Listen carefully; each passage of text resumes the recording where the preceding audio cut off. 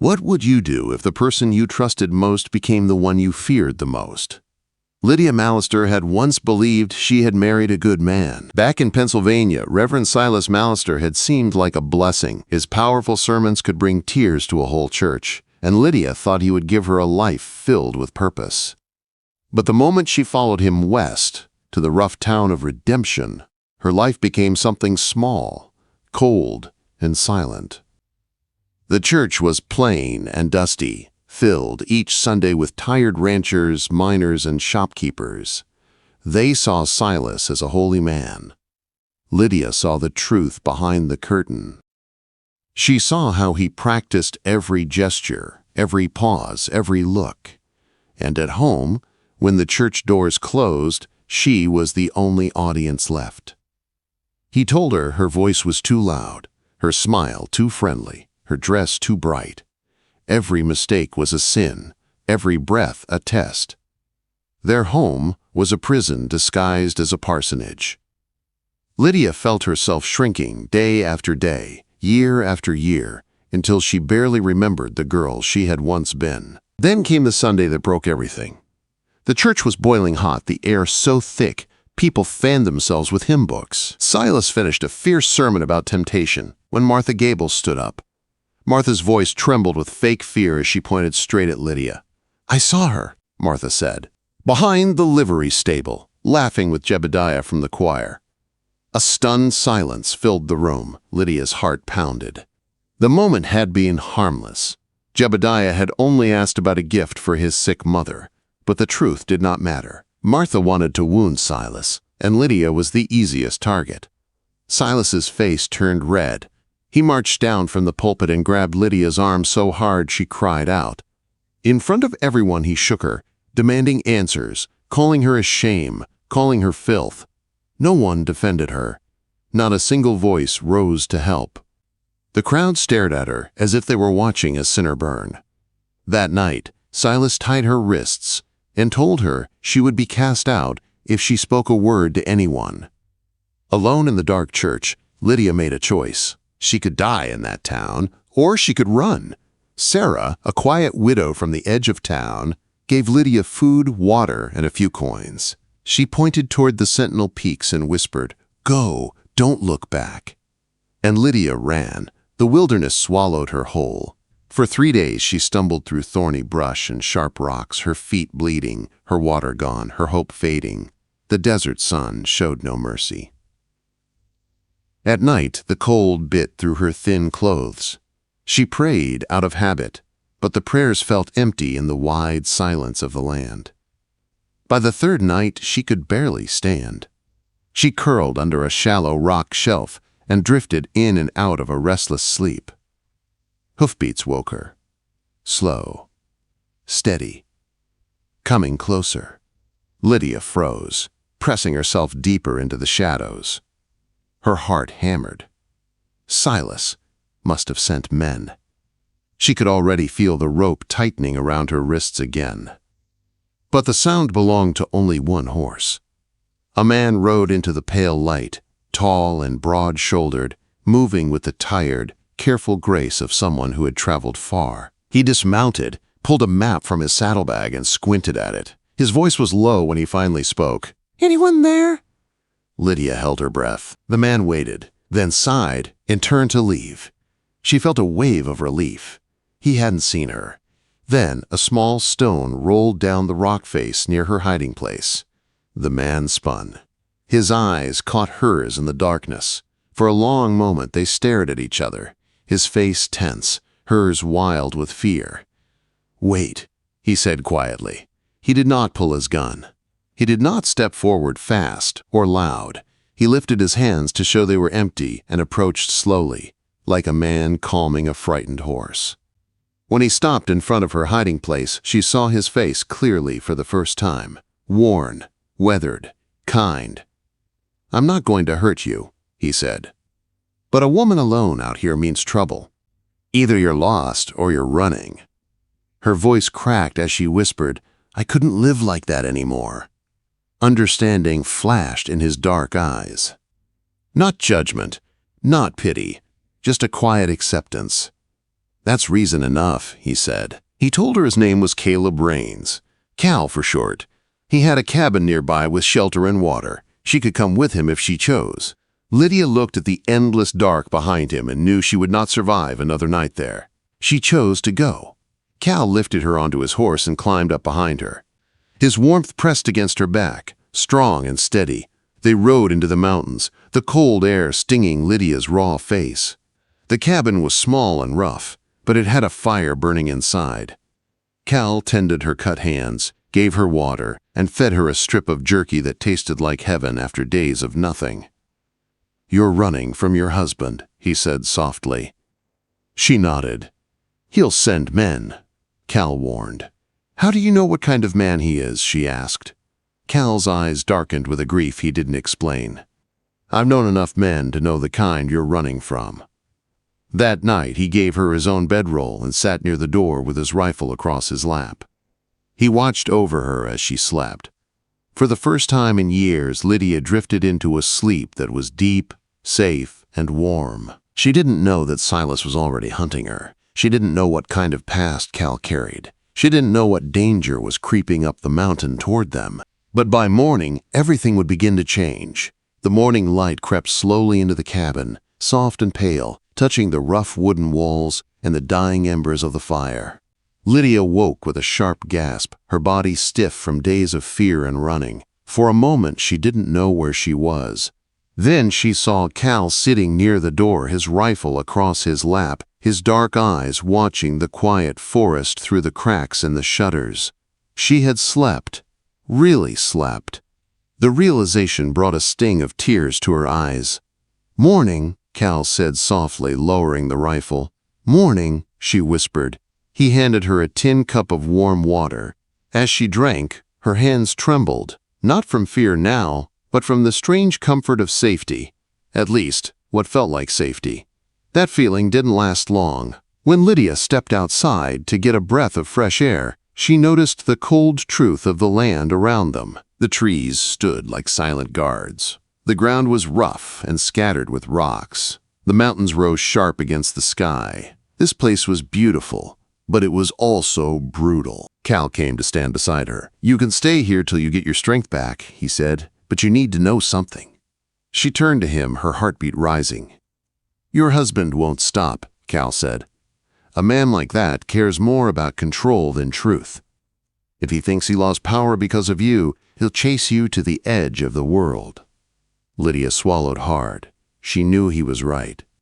Silas would not forgive the humiliation of her leaving, not after the public accusation, not after she ran from his tight grip. "What about you?" she asked. Cal's jaw tightened. "I've got my own ghosts, but you don't need to worry about them." She wasn't sure if that was meant to reassure her or hide the truth. The next days passed slowly, filled with small steps toward survival. Cal taught Lydia how to walk through the forest without tripping over roots, how to drink from the spring without freezing her hands, and how to carry firewood balanced across her arms. When she cut her thumb while trying to carve a stick, the sight of blood made her dizzy. She stepped back, expecting anger or disappointment. Instead, Cal simply took her hand gently, cleaned the cut with warm water, and wrapped it in a clean cloth. "It's all right," he said softly. The quiet kindness hit harder than any harsh word ever had. Lydia found herself watching him more than she meant to, watching the careful way he moved, how he always kept his back to the wall, how he checked every sound. There was a weight on him, a sorrow he didn't speak about. He helped her because he felt it was right, but he kept his heart locked behind a door she couldn't yet open. One evening, as the fire crackled low, Lydia told a small piece of her story. "He said he was shaping me," she whispered. "He said I had to be quiet, that a wife should be like a shadow." Quote, Cal looked into the fire, his face darkening with something like anger. "That's not a marriage," he said. "That's a prison." Lydia wrapped her arms around herself, the truth settling heavy in her chest. The next morning changed everything. Cal went out early to check the snares. Lydia, feeling a new burst of confidence, left the cabin to gather berries she had found the day before. She walked carefully along the edge of a muddy patch near the spring, but did not realize she had left behind a perfect line of footprints. Cal saw them the moment he returned. He didn't shout, he didn't blame. But his entire body stilled, and a hard, cold look settled into his eyes. "Inside," he said. Lydia obeyed instantly. He checked the cabin perimeter, scanned the brush, the path, the trees. When he crouched in the thicket near the cabin, he picked something up from the ground, something small and metallic. A spent rifle cartridge. Her heart dropped. "Someone was watching," Cal said quietly. "Someone close." The fear that Lydia thought she had left behind returned with a force that shook her. Her legs felt weak, her stomach twisting. "What do we do?" she whispered. "We leave now," he said, already loading the saddlebag. "They'll come back tonight, and next time they won't just watch." Night fell fast. A wet mist rolled down from the peaks, turning into thin sheets of snow. The woods felt alive with shadows. Cal raised a hand for silence as they slipped into the trees. His steps were sure and silent. Lydia tried to follow without stumbling, but fear made her clumsy. As they crossed a marshy patch of ground, Lydia stepped on a moss-covered rock. It slid. She fell hard, her skirt catching on a broken branch and tearing. The fall yanked her cotton drawers down to her ankles. She lay stunned in the mud, mortified, humiliated, gasping for air. Cal rushed to her side with his pistol drawn. But the moment he saw her tangled up, his breath caught. She dropped her drawers in the dust, he whispered in disbelief. Then, quieter still, "Sweet Jesus, your trouble." Lydia yanked her clothes back into place, her face blazing. Before she could speak, Cal gently helped her up and listened to the woods with a sharp focus. No footsteps, no voices, no gunshots. Not yet, but danger was close. Close enough that her clumsy fall could have gotten them both killed. They limped back toward the cabin. Lydia's knee throbbed with every step. The closer they got, the more Cal slowed. His rifle angled low, ready. When the cabin came into view, Lydia felt her stomach twist again. A thin line of smoke curled from the chimney. Someone had been inside. Cal motioned her to stay low and crept forward. The front door was slightly open, the bar kicked loose. Inside, the chairs were overturned, the bedding torn, their supplies scattered across the floor. Ash was stomped across the hearth. A bullet hole pierced the wall right above where Lydia had slept. A message, a warning, or a promise. "We can't stay," Cal said. "Pack whatever's left. Now." Lydia moved quickly, but her injured knee made her stumble. Cal caught her around the waist, steadying her. She felt too heavy, too slow, too useless. "This is my fault," she whispered. "I'm a burden." Cal turned her toward him, gripping her shoulders. "No," he said with fierce certainty. "This is not on you. This is on the men hunting you, and the man who sent them." Snow thickened outside. Wind howled through the trees. They had a storm, a wounded woman, a handful of supplies, and enemies on their trail. But Lydia lifted her chin. "We keep moving," she said. "If we stop, they'll catch us." Cal studied her face, the fear and the fire in her eyes, and he nodded. They pushed deeper into the storm together.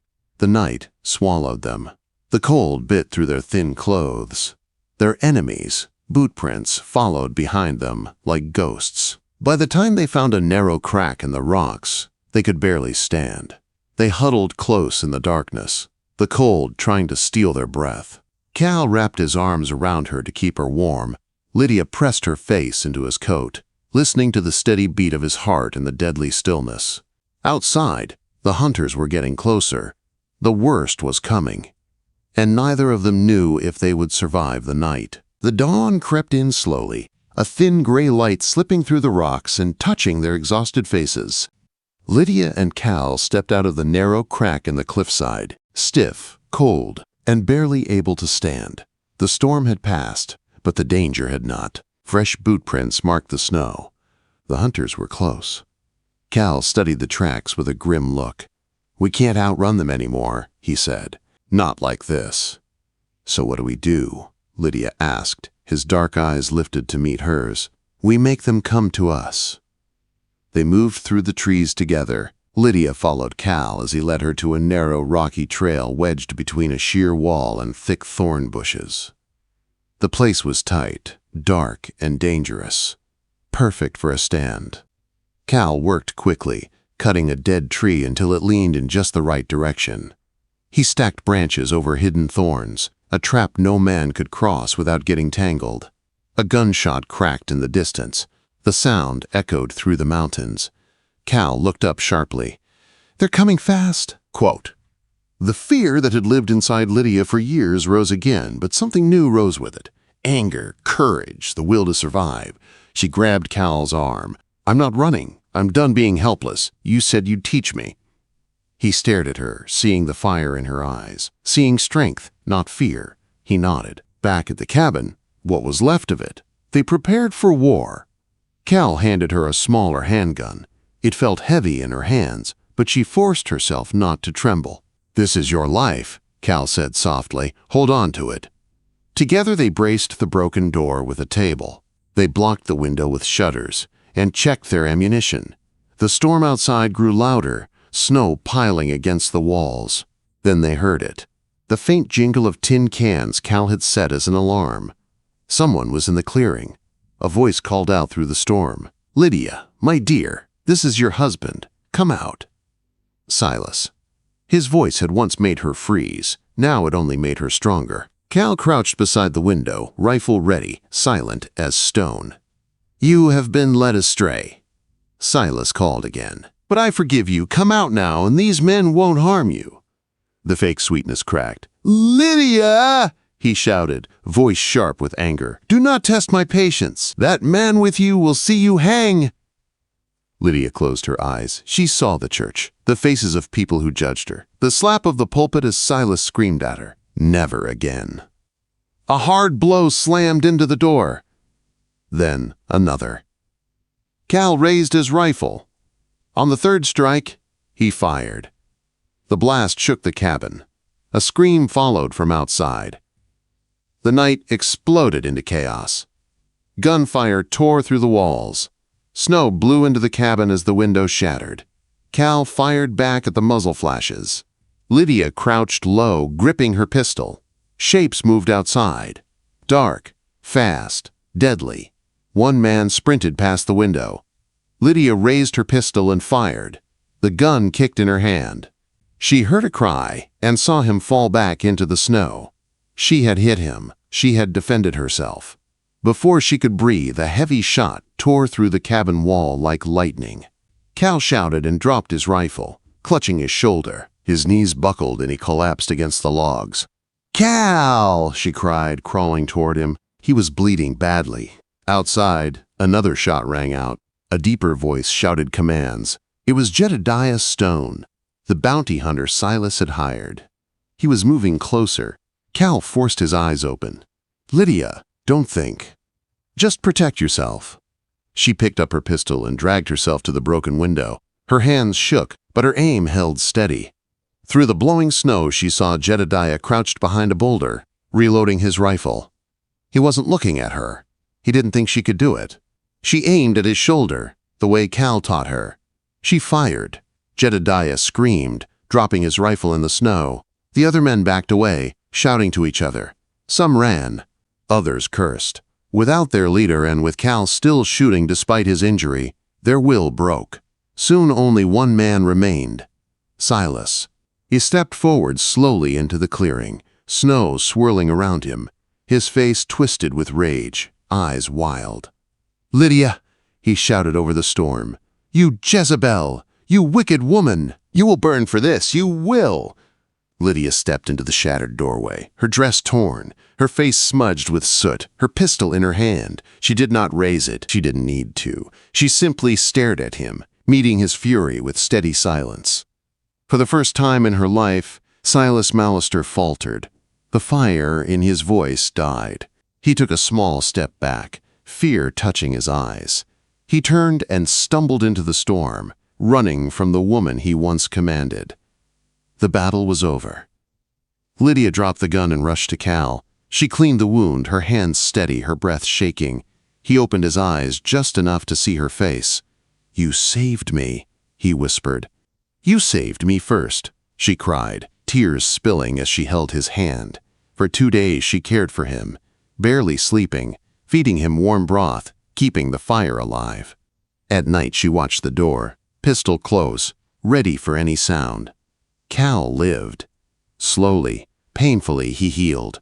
Together they rebuilt the cabin, patched the walls, made the place stronger than before. Lydia learned to hunt, ride, and carry her own weight. She grew strong in ways she never thought possible. Weeks passed, then months, then seasons turned, and one morning word came up the mountain. Silas Mallister was dead. Thrown from his horse, broken neck, gone. The shadow over her life vanished in an instant. Lydia stood with Cal on the porch they built together. The morning sun spilled across the mountains, turning everything gold.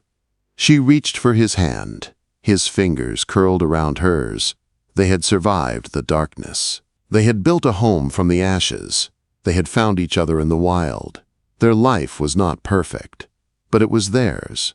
Strong, quiet, and full of hope. In the heart of the unforgiving West, Lydia Mallister found not just freedom. She found love that felt as steady as the mountains themselves.